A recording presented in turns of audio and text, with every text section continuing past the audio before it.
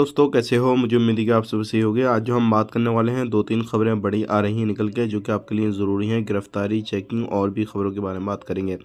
सबसे पहली खबर की तरफ बढ़ते हैं।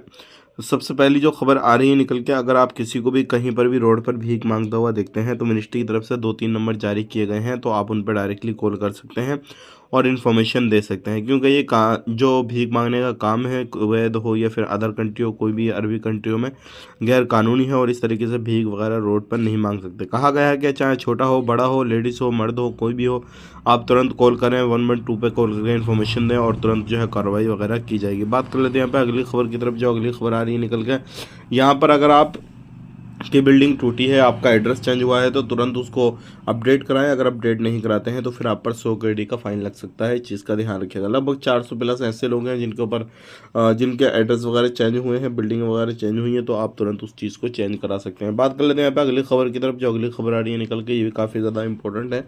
अगर आप कुवैत के अंदर रहते हैं और आप इलीगल हो चुके हैं तो खुद को लीगल करने की कोशिश करें। और आप अगर आपका सिविल ID कार्ड एक्सपायर हो चुका है और आपने रिन्यूअल नहीं कराया है तो उसको रिन्यूअल कराएं। पर डे के हिसाब से 2 KD आपको देना पड़ेगा।